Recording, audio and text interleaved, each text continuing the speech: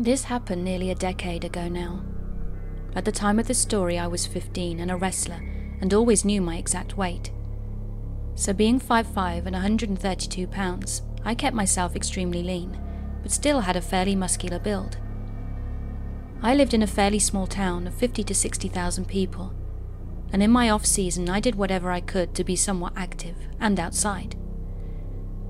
I had a friend back then, let's call him Blaze, who was really into disc golf and always asked me to come play with him and smoke a doobie while we were in the more secluded parts of the course. He was a couple of years older than me and no bigger than I was, but was not a very good influence for me. Now this small town only had 2 disc golf courses, one at a very public park near a middle school and one at the edge of town in an older park that was much bigger. Obviously we went smoking for everyone to see, so the edge of town sealed off park is where we went. Little did I know though that on Thursday afternoons, this park happened to be my town spot for gay men to meet and hook up in the parking lot. I live in the mid-US, so these were not your stylish young pretty guys. It was mostly guys aged 30 to 50 who were pretty big and aggressive. So we finished the course and the joint, and walking out of the woods we were anything but sober. We typically either just chilled in the grass or played catch after we'd finished up, until my buddy was more normal and ready to drive back. We noticed that there were way more cars in the parking lot than when we'd got there, and a lot of the older guys sitting on trunks of their cars or on tailgates were loosely grouped together. Then, a very large, hairy man in a tank top and his tall, thin friend, dressed like a biker gang member, started to wolf whistle at me and my friend. I got pretty uncomfortable, not because gay men whistled at me, but because we had to walk in their direction, and I could feel the eyes of way more guys on me than I wanted. For a testosterone-filled weight room junkie teenager, I didn't feel very safe here, knowing that there were at least 30 guys in this group, and I could see in my peripheral that a fairly large portion were eyeing us closely as we walked towards the parking lot. I'll make it clear though that I am not a fighter. I would never intend to hurt anyone unless it's self-defense, but I was definitely confident in myself to hold someone off. It's just the 2 of us were so outnumbered and not in a sober state of mind, so anxiety made things much worse. A couple of them catcalled some gross things and gave more whistles. I think that maybe they thought we were some people they'd met online and were coming to meet up. Being high, I didn't care what was going on. I just wanted to be safe and not be the center of attention. When we got closer, the big hairy man who did the first wolf whistle said something like, "You think you can handle this?" I just mumbled a no thanks and tried to keep walking, but he yelled back, "What was that, boy?" To which I just said more clearly, "No thanks, I'm not into that." He seemed offended and then angrily said, "Not into what?" All I said was, "Sorry, I'm not gay." And he seemed to be offended by the word gay, again asking me to repeat myself in a very aggressive tone. So I corrected myself and said I'm not homosexual. Things escalated from there really quickly. The man stepped forward from leaning against a truck and grabbed my wrist and said, "We can fix that real quick." Now don't get excited, I didn't do some cool fight move to attack him. I just did a simple wrist roll and using that momentum, a quick push of the elbow to turn him around so that he would have his back to me and I could get by without anything more. Then he said, "Touch me like that again and we will get the both of you." Another guy made his way over to Blaze, who was the much less calm and chilled type of stoner that I was. I can only describe what he did as one of those kicks or sidesteps off a wall, but to the big guy's chest and abdomen. He started to run and yelled, "Go away!" or words to that effect. Very quickly bunches of guys began to stand up from their seats on the outside of their cars and motion in our direction. I started booking it for the car too, and Mr. Skinny Biker Man was running right after us. Thank God it was just him running and not multiple men chasing us, or this story might have been different. Now I was faster than Blaze, so I got ahead of him, and picture us running across a parking lot to his truck that was facing us and backed into a stall. I got round to the passenger side quickly, with Blaze still about 100 feet from the truck, He tried to cut to the right and make it to the driver's side of this little S10, but Skinny cut him off and sent him to the left passenger side. I ran around the back of the truck as fast as I could to the driver's door, and Blaze slid his keys across the roof to me. I hopped in, well aware that I didn't want to be driving right now in this stoned state, much less in this crazy situation, and even more less in someone else's vehicle. But still without thinking, I started it and skirted out of the parking lot, while Skinny banged on the bed of the truck, chasing us. But that's not the end of this story. A truck and a car were right behind me, and Skinny jumped into the car and the chase began. Terrified and still high, I cut through the grass of the park to get to the main road more quickly, thinking I would lose them on the way. But these guys raced right over the speed bumps and around the bends in the park road, right up to the main road, and they were driving so fast I could have gotten T-boned if I hadn't smashed the pedal to the floor at the right time. I was so stressed that I started silently crying whilst driving, thinking of how horrible the possibilities of this situation could be. Now, contact lens wearers know that when your eyes are dry from the smoke, and then they rapidly get moist, contacts tend to drift a bit until they find their place again. This is definitely not ideal for someone with awful vision, driving twice the speed limit down a road in the middle of town. So I started turning down residential streets and weaving in and out, being tapped on the shoulder by Blaze to keep my speed up because the two were still right on our rear bumper. I even made some risky U-turns and they followed right along. This chase lasted for over 10 minutes of me frantically driving through main streets, residential roads and back alleys, trying to desperately get away. I was so scared that the best case scenario ended in us getting pulled over and myself obtaining a permanent record for DUI by the ripe age of 15. But luckily I had a stroke of luck, and a surprisingly quick reflex came to my aid. Blaze yelled, "Cop!" and pointed to a parking lot to our left, where there was a police cruiser, probably just waiting to catch someone speeding or running red lights on the semi-busy road that we ended up on. I whipped into the parking lot and parked a couple of stalls down from the cop.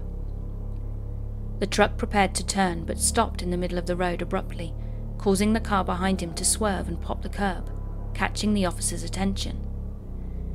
He backed out and the two vehicles split different ways and were out of sight before the cop was out of the parking lot. We never went back to that park after that, except for in the mornings. I'm so thankful that nothing bad came of that incident, and we made it out completely unscathed. I have no idea what they would have done, but people engaging teenagers in a car chase could not have had good intentions in mind. It was the first time in my life of being sexually harassed too. You would think being in a car chase might be fun or exciting, but I just felt so powerless, and ultimately felt like I had no control, like nothing I could have done would have gotten both these guys away from us and simultaneously not get me arrested.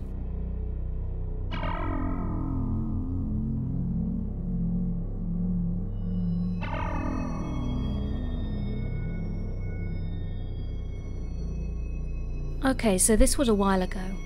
Me, my mum and my brother were at a Schnucks, a grocery market, and we were just getting ready to check out.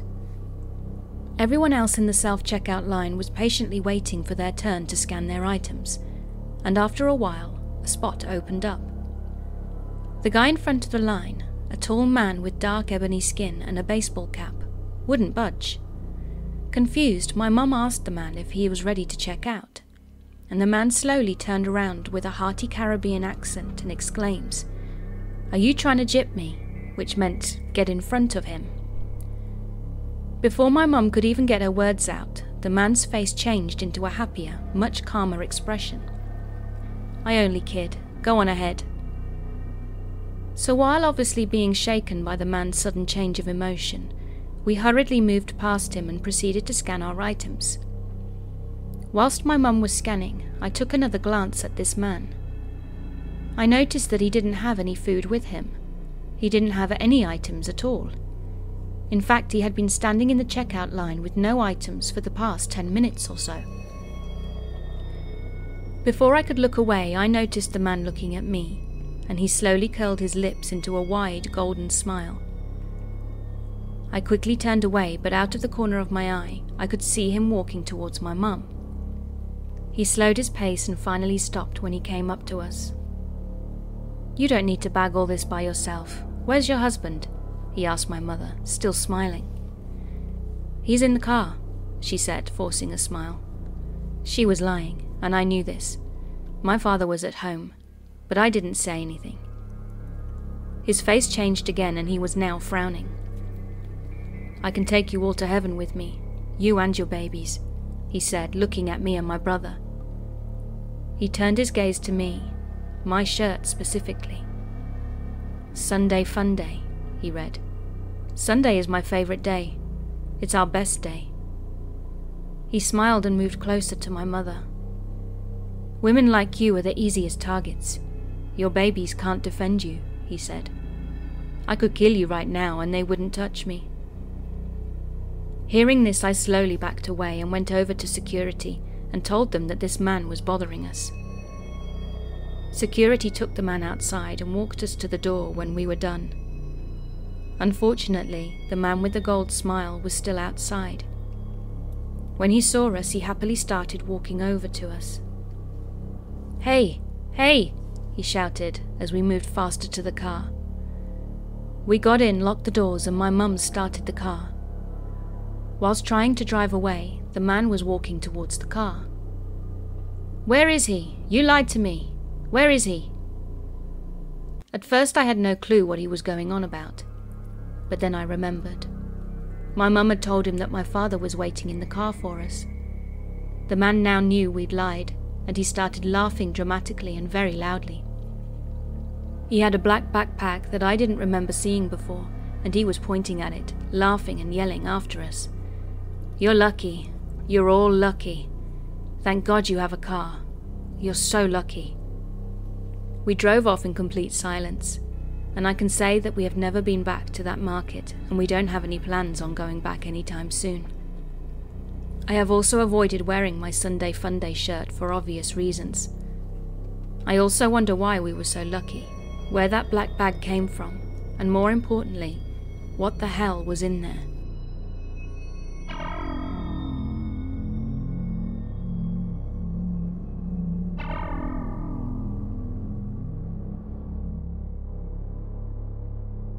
So, for a little background here. I have played the drums for 11 years of my life, so I've gotten pretty decent at marching percussion and playing the drum set. I'm currently a college student who obviously needs money, so I took up 2 jobs that had to do with teaching drums to kids. The first job, which I only recently left because of the pandemic, was an amazing opportunity at a school district to be a part-time music teacher. I loved that job, and this story has to do with the other music job I took up, which was at a non-profit that I don't want to name for legal reasons, that resides in my town. So at this non-profit, there are 2 main coordinators in charge who happen to be an older married couple. The husband was in charge of the science and art side of the facility, while the wife, Bernice, was in charge of the music side. So she was in all aspects my boss, and also one of the piano teachers. I taught drums with a high school friend of mine named Jay. There was a guitar teacher who I was also friends with, named Ray, and an elderly piano teacher named Marie. So that was the entire music department at the facility. Now I started the job when their last drum set teacher suddenly left to pursue his dream career in the Bay Area. Bernice really needed me to start immediately, so I did, but during my interview, she had been very nice and cordial, but I sometimes noticed how rude she was to other employees. Most of the people working on the science side were merely high school students, and one of them may forget a small thing like forgetting to put a screwdriver back where it belonged, and she would degrade them. She would say things like, "How will you keep a job if you can't do simple things like this? Are you even using your brain? I should fire you for this kind of incompetence, but I won't because I'm a nice person." I would see this kind of stuff go down and I could never say anything, because honestly I really didn't think it was my business, and I didn't want to get yelled at either. I will also briefly explain that she also revealed that she was very religious and homophobic, and I was very obviously not straight. I tried to ignore these outbursts, but they started to get to me. I would try to talk to those kids afterwards and reassure them that they could only do their best, and that should be good enough. A few months into the job, I even tried to talk to her about it, but that was a huge mistake. I said that maybe she shouldn't be so hard on them, since they are still just kids. She had been cheerful and smiling, but once I'd finished that sentence, she got quiet, her expression went blank, and her eyes turned cold. If looks could kill, I'm sure I would be very dead. After a few seconds of silence, she suddenly yelled, "Mind your business. Those ungrateful brats need to learn their place, and so do you." I was absolutely stunned. I had no words. I have never been yelled at like that by a boss in any of my jobs before, so it really just shook me. I sat there with what I'm guessing was a look of shock. She then immediately went back to smiling and simply said, "I think you have a lesson with little Timmy in 5 minutes. Better get ready for it." And she said it with a smile on her face. I just got up and got ready for my next lesson.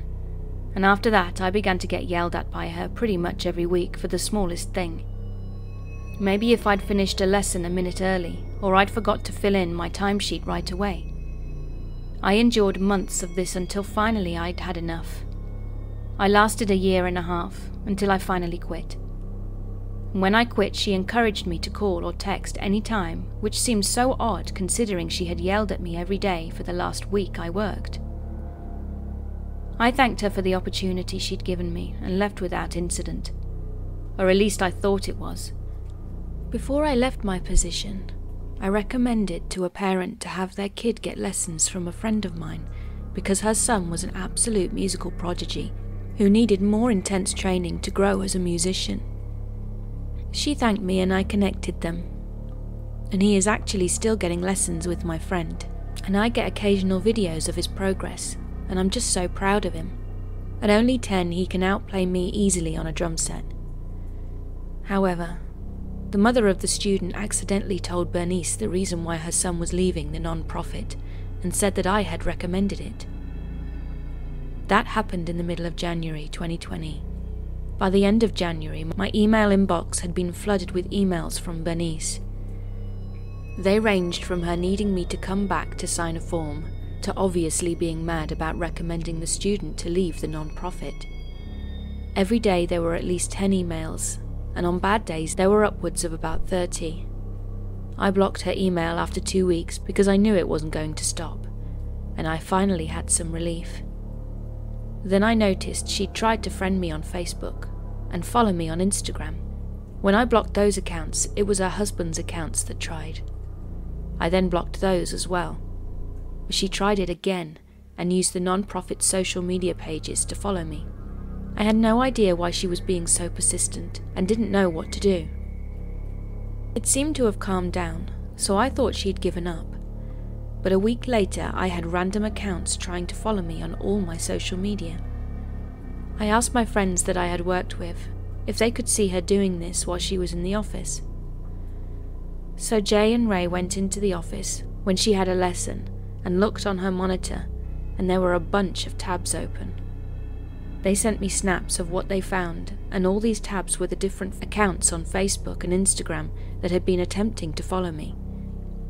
They closed them all out, and when she asked about it, they feigned ignorance and said they had been looking for sheet music and the tabs had accidentally been closed. They said she looked really annoyed, but then suddenly asked them if they had me on social media, and they just said they didn't know and tried to walk out. But before they did, she asked them if they would tell her what lies I had told them, and they said she didn't know what she was talking about. She even got more annoyed at them, and yelled at them to stop acting stupid and tell the truth. And they again told her that I never said anything about her on all the non-profit. She suddenly went on a whole tangent about how I was going to steal all the students and the non-profit would have to shut down. From then, though, she never spoke to them again about it. But after this, I did notice I started seeing her whenever I went to Walmart in town to get groceries. I'm telling you, 8 out of 10 times that I would go, she would be there. She never spoke a word to me, but she always just kind of lurked. One day my younger sister said Bernice spoke to her while she was at McDonald's inside the Walmart. when she'd gone there after school to grab food with friends. Luckily, my sister knew who she was, so she knew not to give any information to her when she asked if she was my sister and how I was doing. My sister kindly said she didn't know who she was and didn't feel comfortable talking to her, and then proceeded to ignore her. Bernice just smiled and then left, but my sister called me shortly afterwards and asked to be picked up from Walmart because she rightfully felt super uncomfortable. I sped over from my college and got there within 15 minutes, and she ran out and got in my car and we sped off. As I left the parking lot, I could see Bernice's car had pulled out of a space and was following us. I knew it was her because I had seen it every time I went to work, and it had a logo for the non-profit on the side of it, so it was hard to miss. I realized she had been waiting in that space to either follow my sister back to school, or in this case follow me, who had picked her up. Now I drive a bright red Honda Civic, so it's pretty easy to see, even from a distance, so I knew I had to lose this crazy lady, because I had no idea what her intentions were. I decided to take some side streets and drive all kinds of random ways through our town, and then I even got on the highway that takes you to the closest major city, and then got off a random country road. It was insane because this woman was persistent as hell. She caught up and kept up with me until I got to the highway, and once I got on, I was easily doing 80 to 90 miles an hour and weaving in and out of traffic to lose her, and eventually I did. I then parked in between some orchards off one of the country roads I took. My sister had been on the phone with our mum the entire time, who had then proceeded to let our town's police know. We got on the phone with them and they told us to drive to the police station and there would be someone waiting to help us. So I made my way back to town while constantly checking my mirrors for Bernice. We'd made it and I gave a statement and they made a report and then asked me to describe the car. I said it was a burgundy SUV with the non-profit's logo on the side. They said it should be easy to find, and they went straight to the non-profit to find her. But sadly, Bernice had an alibi waiting for them when they got there. She showed them security footage of the front of the facility, and the burgundy SUV with the logo had been sitting in its spot since she opened, so there was no way she could have followed me, according to the police. They said there was nothing more they could do, and it was left at that, but I knew what I had seen. It was messing with my mind for days, until finally I got my answer on how the hell she pulled that stunt off. Jay informed me 2 weeks later that Bernice had announced that they had bought an identical SUV with the logo and everything for the non-profit. I was stunned. It was the same make, model and colour of the other SUV. Even the license plates were almost identical, only having 2 digits differ from the original plate. Bernice had played the cops into thinking I just had an overactive imagination. She knew exactly what she was doing. I was so frustrated by this point. Eventually I emailed her and told her to stay away from my family and me because I was never going to be talking to her again, and clarified that I had no intention of taking any students from her. Hell, I'm not even a goddamn music major, so why would I even want to continue doing anything music orientated? Her reply was almost instantaneous. "Sounds good, dear. You take care now and be sure to tell your sister that I said hi. Bernice, I really hope we never meet again."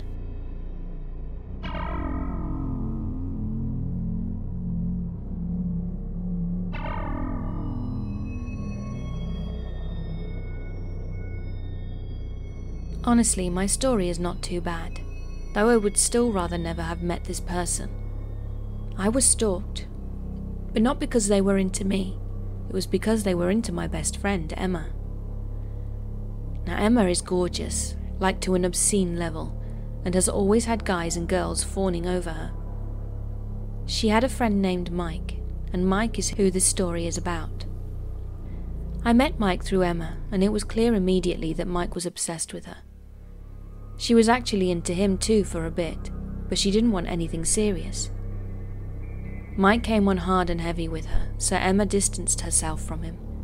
She distanced herself even more after he made some shocking comments about his opinion on sexual assaults. When Emma and I graduated high school, we had planned to move in together, but due to a family situation, she only stayed at our place about 2 days a week and never on a set schedule.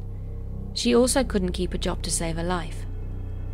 Her family life was chaotic and made it where she would have to leave at a moment's notice.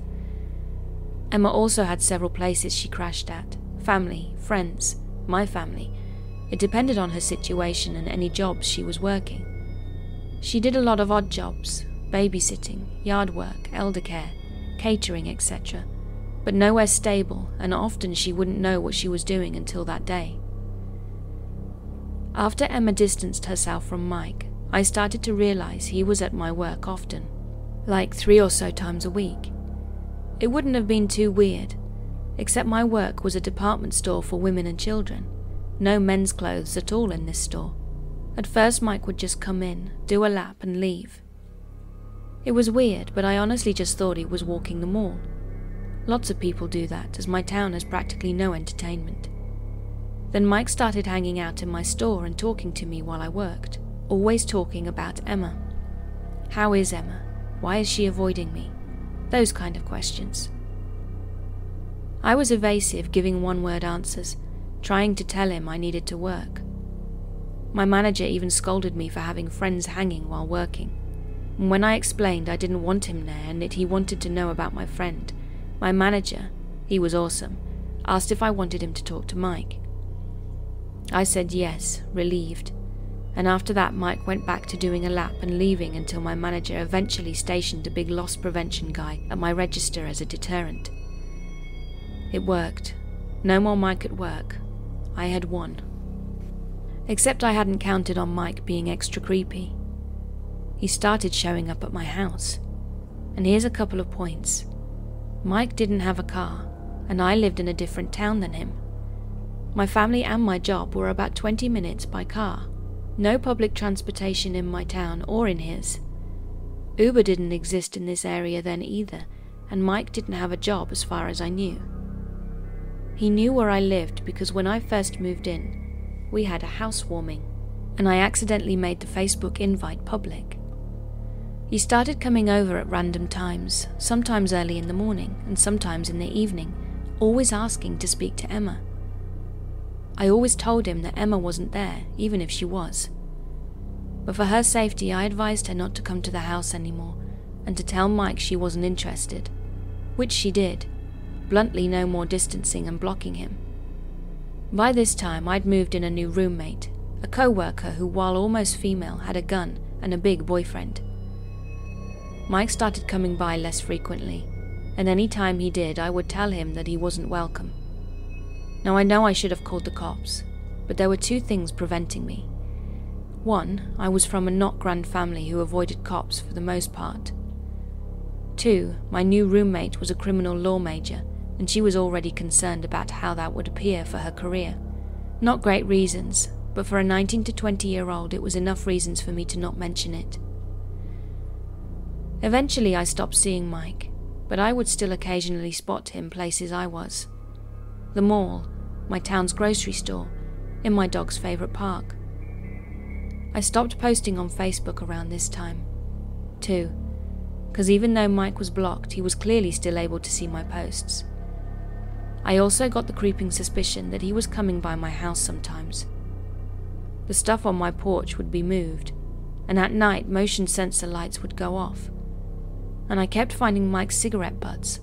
At least it was the same kind that he smoked. My roommate had been there about 4 months, when one night she had her boyfriend over when someone started pounding on the door. When her boyfriend answered, he saw someone who looked like Mike running away. The next day, my roommate and her boyfriend went out of town for a concert. She gave me her gun, even though I felt safe, because she had gotten a dog that was training as a guard dog. I started watching a cooking show in the living room, and at some point I fell asleep. In the middle of the night, I woke up to my dog and the guard dog losing their minds, barking like mad at the window. There was a tall figure that bolted as soon as I sat up. I grabbed the gun, opened the door and yelled, "I know it's you. I have a gun and I'm calling the cops." Which I didn't do. I just locked me and the dogs in the bathroom and called my dad, who luckily wasn't angry about being woken up in the middle of the night. He drove over and advised calling the cops and filing a restraining order, which we did, but they said since nothing was broken and there was no evidence, there was nothing they could do about it. Luckily after this, I heard through the grapevine about a week later that Mike's family sent him to live with a relative in a different state. He did come back a couple of years ago, but he was wise enough to only contact me once, and when he did, I got to tell him that Emma was not only happily married, but not at all interested in talking to him. I reminded him too that I was willing to call the cops if he ever came near either of us again. He never did, and I don't see him anymore, though he did try to befriend my husband on Facebook. But all it took was another block for him to go away. So it's been about 5 years since I last saw you, Mike.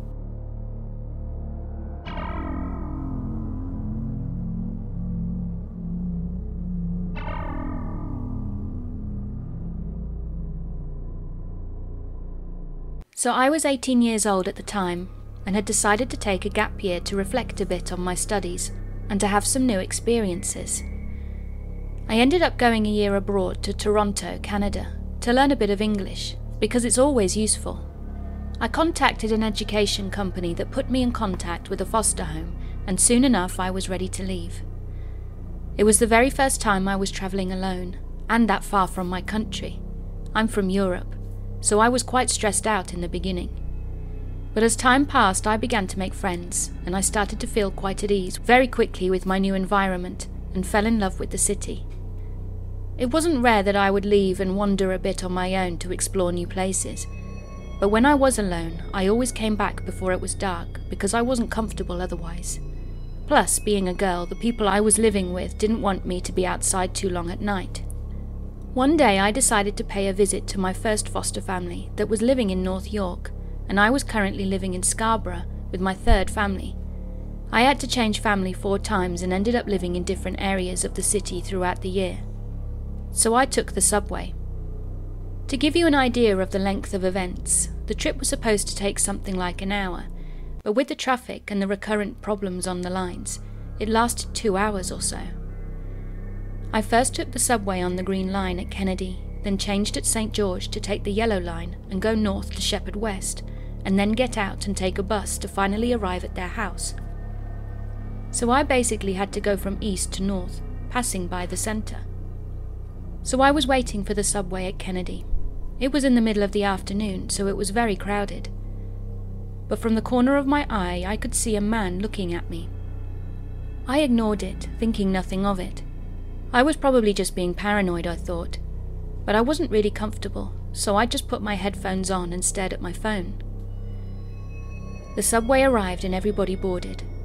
I found somewhere to sit, which is a miracle considering how crowded the subway was, and continued to mind my own business. After a few minutes, I stopped looking at my phone, wanting to look outside because we were passing on a bridge and I really liked the view.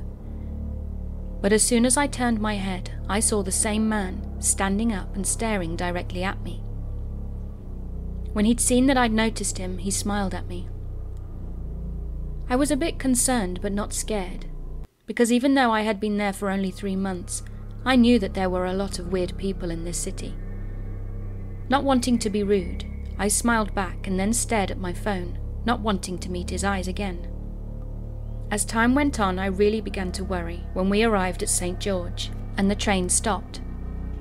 I got off and started walking to take the subway on the Yellow Line and then wait for it to come. When I turned my head to see when it's supposed to arrive, I saw the same man as before, still staring and smiling at me. But I didn't smile back anymore and quickly avoided eye contact. After a few minutes, the subway finally arrived, so I jumped on it and changed carriage, wanting to be as far away as possible from him. Time passed on and I didn't see him in the crowd near me, so I was feeling a bit more relaxed. Also, I remember feeling silly for thinking that someone was actually following me. The train finally arrived at Shepherd West and I started walking to catch my bus. On my way, I reach for my pass but drop it on the ground, so I stop to pick it up. And who do I see when I get up? The creepy dude, walking towards me, staring and smiling again. I changed direction and started walking faster, hoping to reach the bus stop and having more people around me. I get there, but he gets there as well, and I can feel him still looking at me. At this point, I was completely freaked out. Not only because I was scared as hell, but also because I didn't want him to know where my foster parents were living, considering that the bus stop was really close to their house. The bus arrived and we all got on. There weren't any free seats, so I stood closer to the door, and that's when I thought of a way out. I knew that people were going to be pressing the button for my stop, because a lot of people were getting off there. So I waited patiently for my stop, and someone else pressed the button as I'd anticipated, and I waited for a maximum of people getting off the bus. Then, when the bus started to close its doors, I jumped out and started walking in a random direction, so if the creepy dude was looking at me, he wouldn't know where I was going. I was really lucky that the bus driver didn't reopen his doors though. After walking for a bit, I turned around and started heading to where I was staying, relieved that it was finally over. I spent a few hours there and decided not to talk about what had happened, as I didn't want them to worry or to drive me home, especially with them being quite old and tired most of the time. It was later on and I decided to head home. I thanked my family and wished them a good night and went back outside to the bus stop across the street. After a few minutes the bus arrived and I got on, looking around for somewhere to sit. Then I froze. The man from before was sitting in the back of the bus. I didn't move for a few seconds, then went to sit next to a lady in the front of the bus, feeling completely panicked. I was wondering how he could have ended up in the same bus as me at the exact same time. It couldn't be a coincidence, as he'd followed me for 2 hours earlier. At the time I had no idea, but looking back on it, I think that when I got out of the bus, he got out at the next stop, that isn't far away from mine, so he could kind of see if there was anyone waiting there, and waited for me to take the bus again. You see, that day I was wearing a bright yellow mustard-coloured hoodie, so he knew it was me, even from the distance. The bus started driving off and I felt helpless, because it was clear to me now that I wasn't paranoid, and that this man was obviously wanting something from me.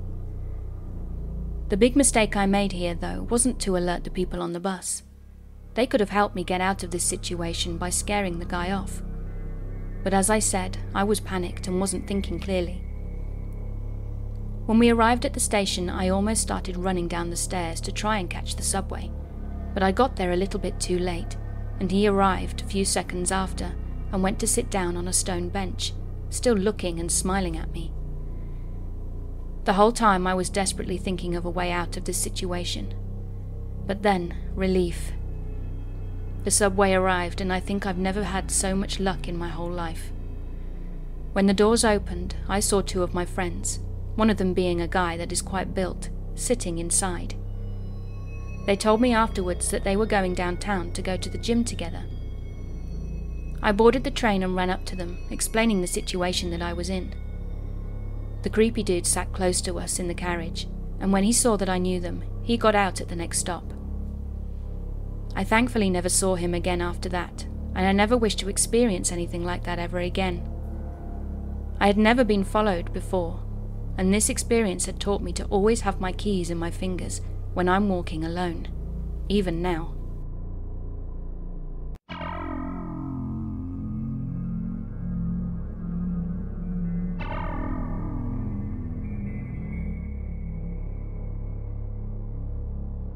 This happened when I was 13. I'm a girl and in the 8th grade, and the middle school I went to was about a 15-minute walk from my house, so not very far.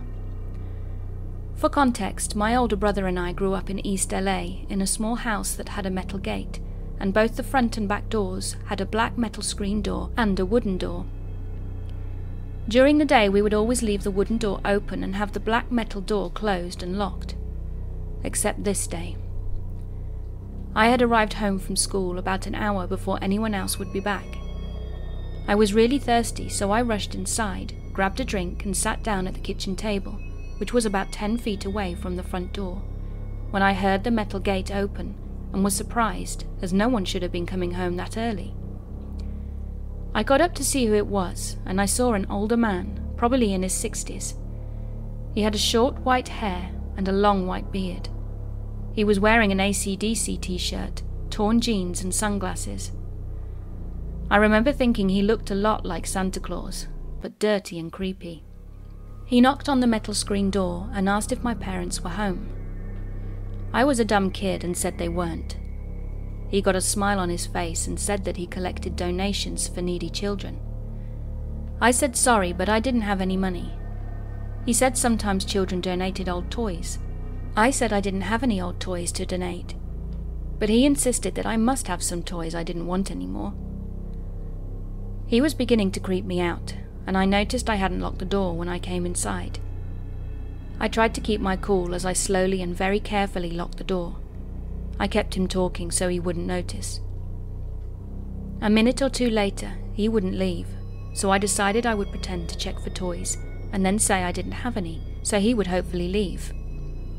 I told him I would go and check, and as I turned and took a few steps down the hall, I clearly heard him yank at the door, trying to open it.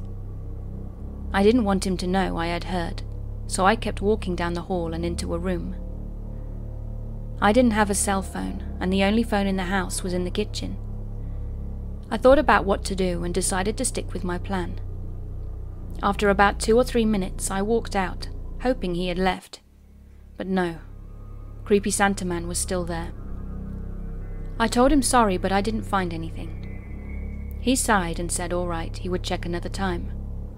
He left and walked across the street. I watched him from the kitchen window, peeking through the blinds as he just stood there staring at my house for about 45 minutes. My brother and a few of his friends finally came walking down the street, and as my brother came inside and his friends kept walking down the street, the man walked around the corner and disappeared. I told my brother what had happened, and he went outside to look, but Creepy Santa Man was long gone. When my mum came home, we told her what had happened and she called the police, but they said to call back if he showed up again. Thankfully, though, he never did.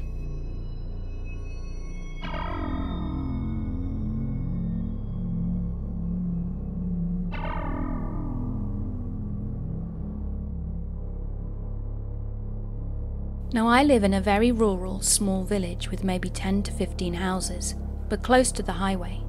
You can drive there within maybe 5 minutes, and also about 10 minutes away from the main town. If you cross the street, it just takes you about 10 minutes to walk to reach the forest. It was Christmas Day in the afternoon, and my partner and I decided to go for a little digestive walk as we were really stuffed from all the food. It was about 5 p.m. and already dark when we left, and we had a big and bright LED flashlight with us. I also took my camera and my flash, as I love taking pictures of nature at night.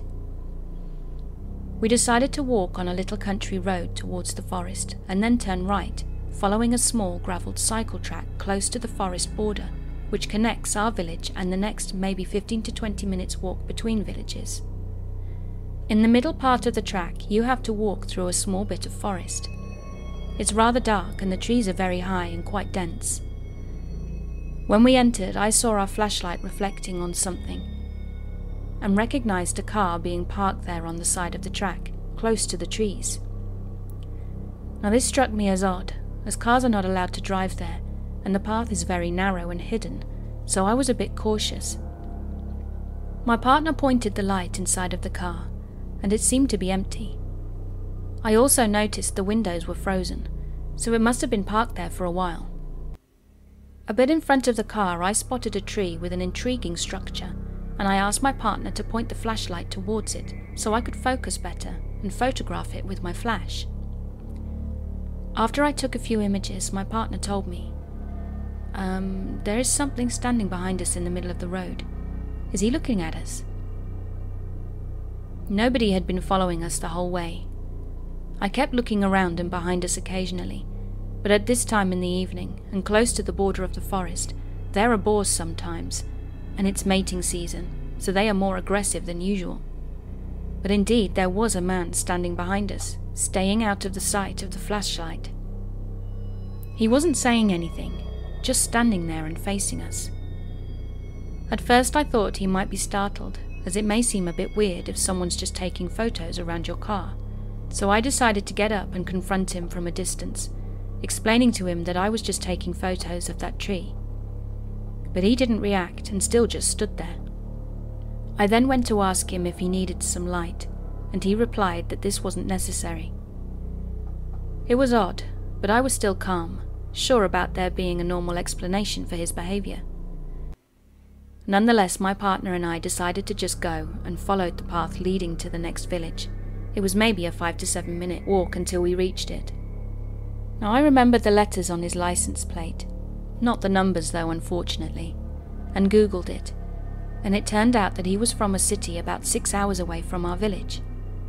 Mind you, the country I live in is in very strict lockdown right now, so you're only allowed to travel, even by car, if you have very urgent reasons. After we reached the first lantern of the next village, we looked back and observed the car driving a bit out of the forest, turning around and going back inside. I was able to see that he'd parked there again and turned the lights off, and he didn't leave the forest. We then went home on a much longer way than initially intended, as I didn't want to go back there for obvious reasons. Our flashlight battery had died on the way, and my phone battery was low, so I didn't want to call the police back then. But I called them as soon as I'd arrived home and gave them all the details, regretting that I didn't memorize the whole number plate, but it was just so surprising that I seriously didn't think about it. Also, it only occurred to me as really strange when I thought about the frozen windows, and that it could have been impossible that he could have walked behind us, plus him having no light and not responding. He did seem to be sneaking up on us when I sat down to take the photo though. I think I was very lucky to have my partner, the camera and the bright light with me. I don't want to imagine what could have happened if I was alone.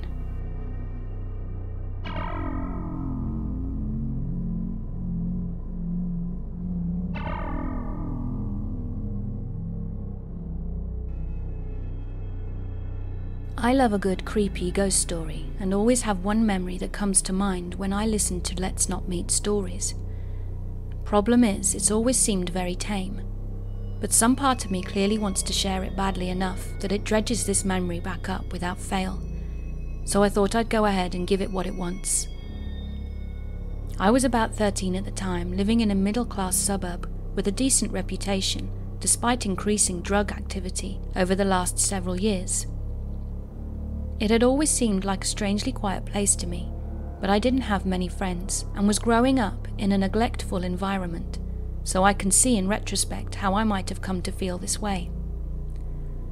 I would ride my bike around for hours, seeing very few people outside their homes, and this led to an overwhelming sense that while outside I was both completely alone and always being watched.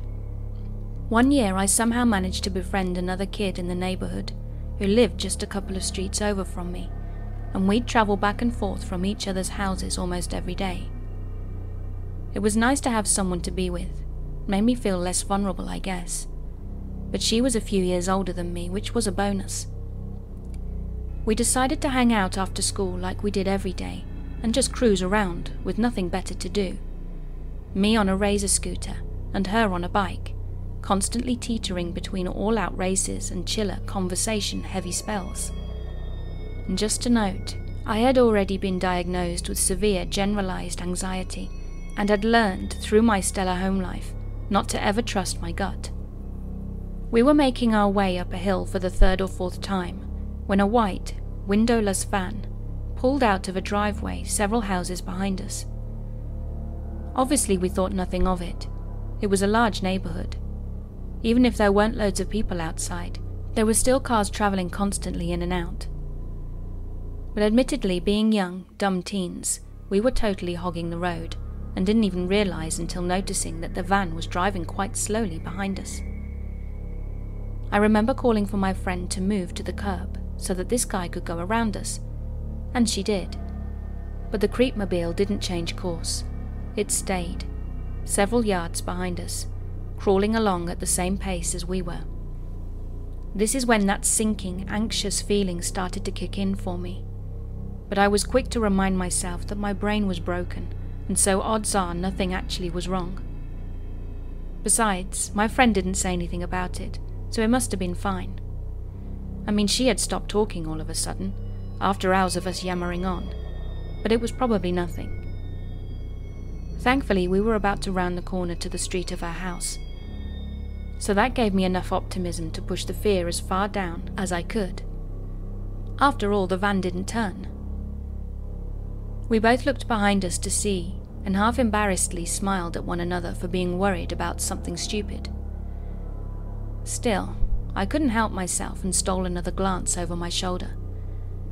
That was when I saw the van had gone into a driveway and was now backing out of it, turning to follow us down this new street. We must have come from my house because I specifically remember thinking that that was where we had to get back to, even as we neared her own. At this point, with the van still creeping along behind us and no one else in sight, we'd both started to panic. It's okay, I thought. At least we're together. Safety in numbers and all that. That, of course, was when I looked over to see my friend pedaling furiously towards her house. I must have called for her again or something and gotten waved off, because any composure I'd managed to hold on completely disappeared by now, and I bolted down the street as fast as my scooter would carry me, knowing that the end sloped downwards and would help me speed away. Now the next bit happened too fast to completely remember, but long story short, I was so busy looking behind me as I raced down the hill that I came about a foot away from hitting a car. And whoever was driving that van must have seen the other car or something, because the next time I turned back, they were long gone. The car in front of me drove off, somewhat irritated, and I ran full speed back to my house, throwing my scooter down as soon as I hit the driveway and racing inside. I don't think I said anything afterwards, but I convinced myself that I was just being paranoid.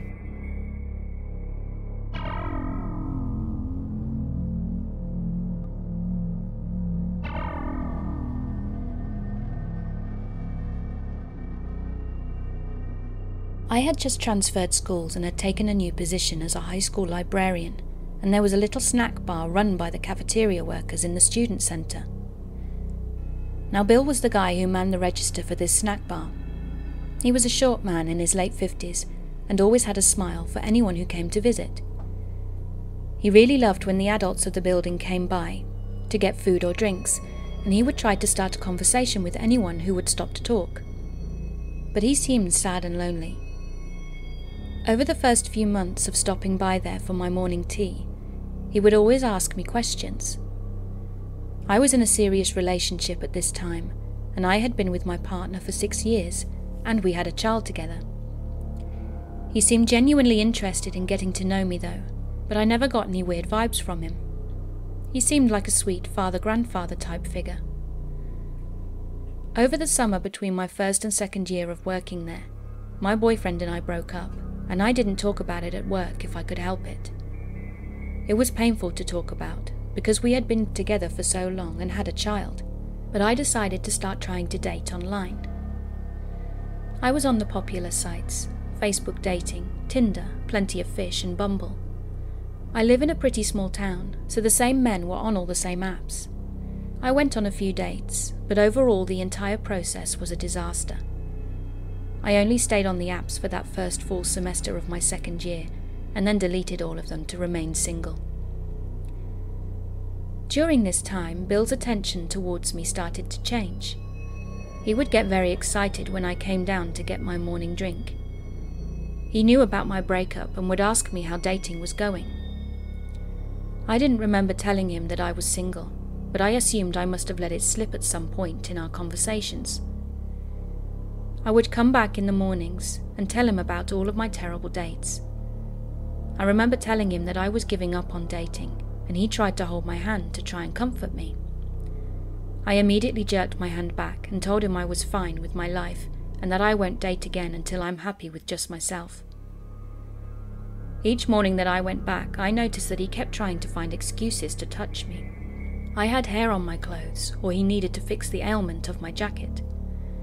I started to get very creeped out from his attention. I even stopped going down to get a drink and told him I didn't have time in the morning anymore because the library was getting more kids needing me to check out books before school started. Now, since I wasn't coming down to see him, he started coming down to see me. He started by just bringing me tea, but if I wasn't at my desk, he would leave it for me to find. At first I didn't mind it too much. Things just appeared and I didn't have to fake a smile when he came by. But after a few weeks, it stopped being just tea. He started to bring me food too. "We just got a shipment of oranges in," he said. "I picked out the very best ones for you. I know how much you love oranges." The gifts became bigger and bigger until he was bringing me full meals from the cafeteria. I started trying to think how I would get this to stop, while also being polite. I had to be nice, right? Over time, I couldn't even eat the food. I would give it away or trash it the moment he left the room. The next time he came down with his arms filled with free food for me, I told him that I didn't want him to bring me anything because I was on a diet and I was bringing my own food to school. "You're perfect just the way you are," he said with a big smile. I replied with a thank you. Why do I feel the need to be nice to creepy people? When he would try to bring me food down, I would thank him and remind him that I didn't want any more. When he would come in and I wasn't at my desk, I would duck down and hide until he left. The students started to ask what was going on. I'm a grown woman, the person in charge of these students, and I'm hiding on the floor behind a stack of books to avoid talking to him. Even the students said that they didn't like him, and they'd nicknamed him the Troll, which was really fitting. Over time, I think he understood that I didn't want any more food from him. I had a month of glorious silence, no visits, just awkward waves in the hallway if I passed by, and my second year as a librarian ended. When the third year started back up, I had a lovely summer without a thought of him. I walked into the library on the first day with a present on my desk. I opened the package. It's a coffee tumbler and a gift card to Starbucks. No name or card to say who gave it to me. I wasn't sure it was him, so I went down to ask. He said that he wanted to buy me something special and to have my school year start off with a smile. I accepted the gift and thanked him. I'm not saying no to some free drinks, but I shouldn't have taken it. I know that now. The gifts started and they didn't stop. At least once a week he would bring me something. Each gift got more expensive, and I became increasingly more uncomfortable. By October 1st, I told him to stop. Do not bring me anything. Do not buy me anything. It makes me uncomfortable, and I will not be buying him anything in return. But he didn't listen. He kept bringing me things. I knew he couldn't afford this on a cafeteria worker's salary, and I told him that. Just stop. I started to get angry at him. I was no longer smiling or saying thank you, but I realized my biggest mistake now. I took the gifts. I took them because I don't have a lot of money, and the gifts were truly all the things I loved, but I should never have accepted them.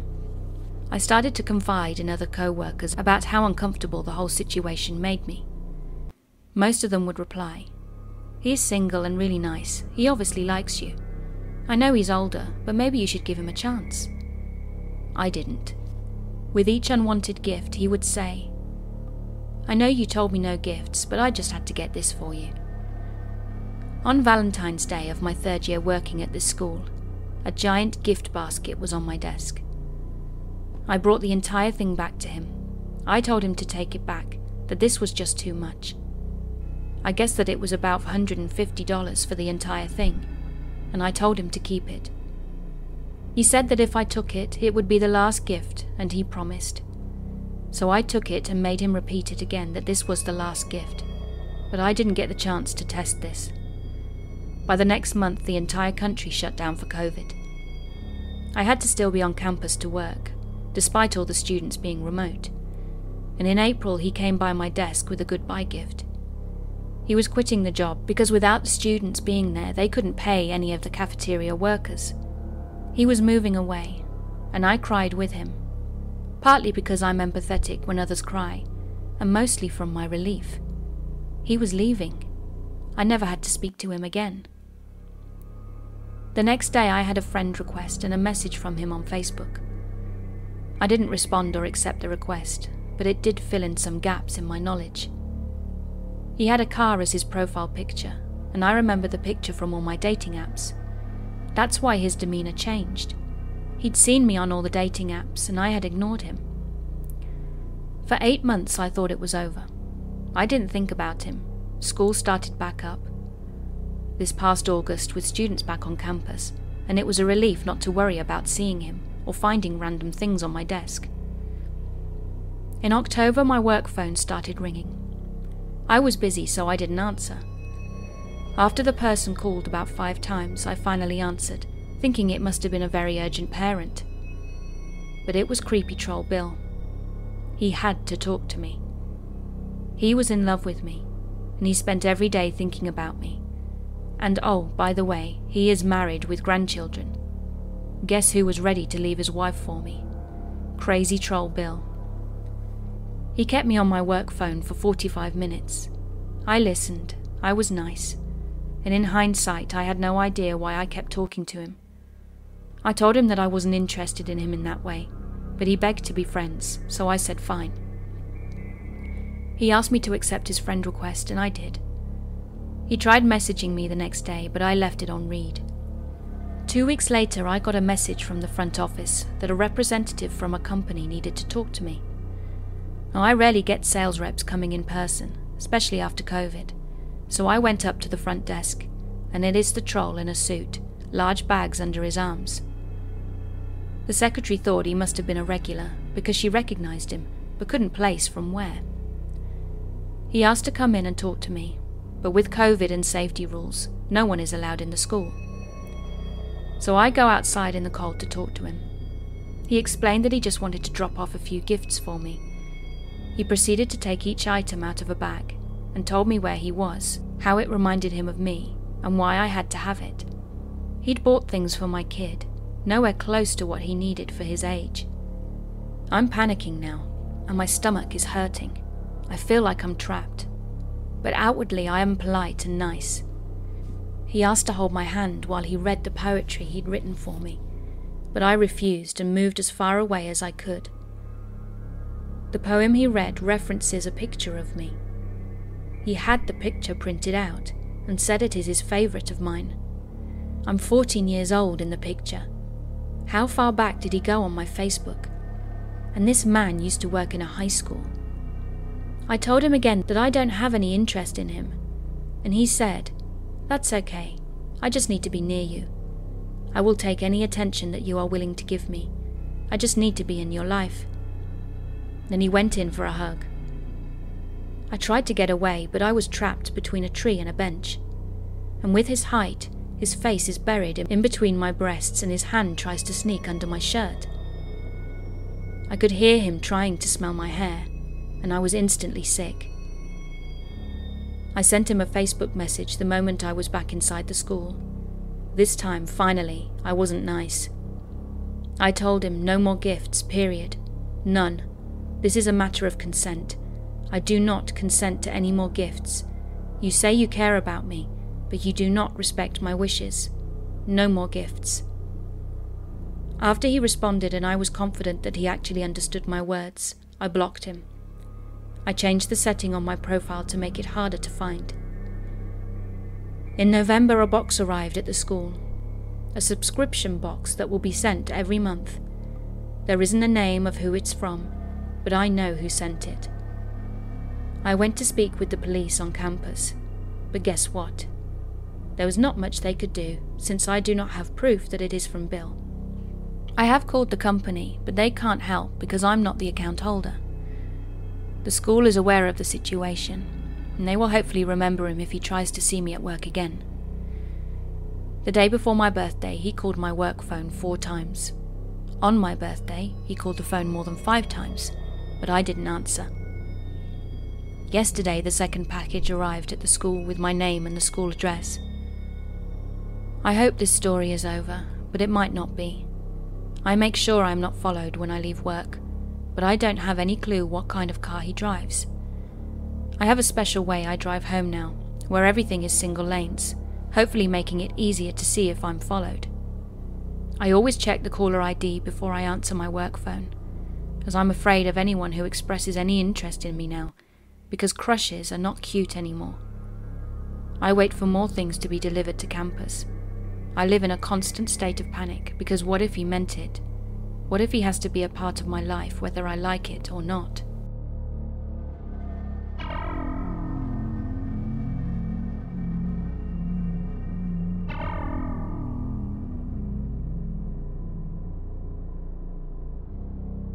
This happened, I believe, in July of last year. I was about to have a diet change, which for me meant no fast food for at least a while. There are lots of fast food places in my town though, so I figured I'd go to a place, sit down to eat, and enjoy that one last time before my diet began. But I never got into the place I wanted to go.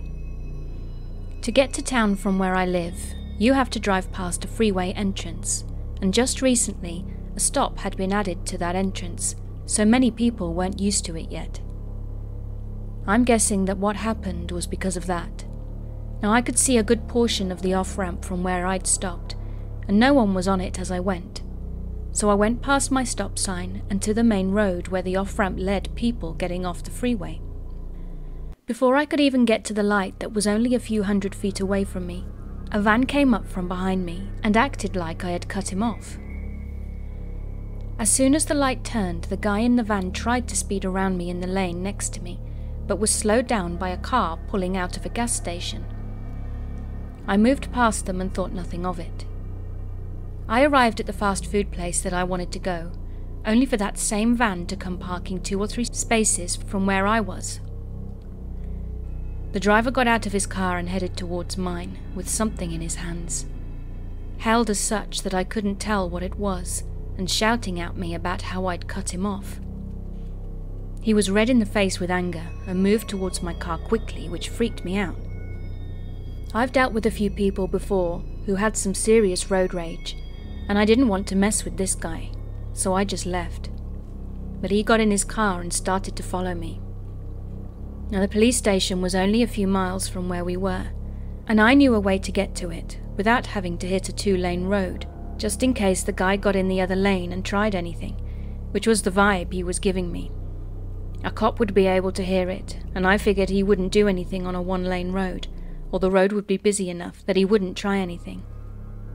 The van followed me all the way until the 2 lanes were about to open up. I knew he was staring at me, rather than watching the road, so I took out my phone and dialed 911 and lifted it out of my window for the guy to see it, pressed call, and brought the phone back into my car as I waited for someone to pick up. By the time they did, the guy could see the police station I was already getting on the line with, and turned around. Again, I've dealt with a lot of people who have had road rage issues, but this was the most aggressive one by far. He followed me for almost 10 minutes, and I'm not 100% sure now, but I think he must have either had a small knife or gun on him. He certainly looked like the type of person who carried. I was lucky that my quick thinking got him off my back, but I honestly can't help but wonder, if I hadn't done that, what he would have done.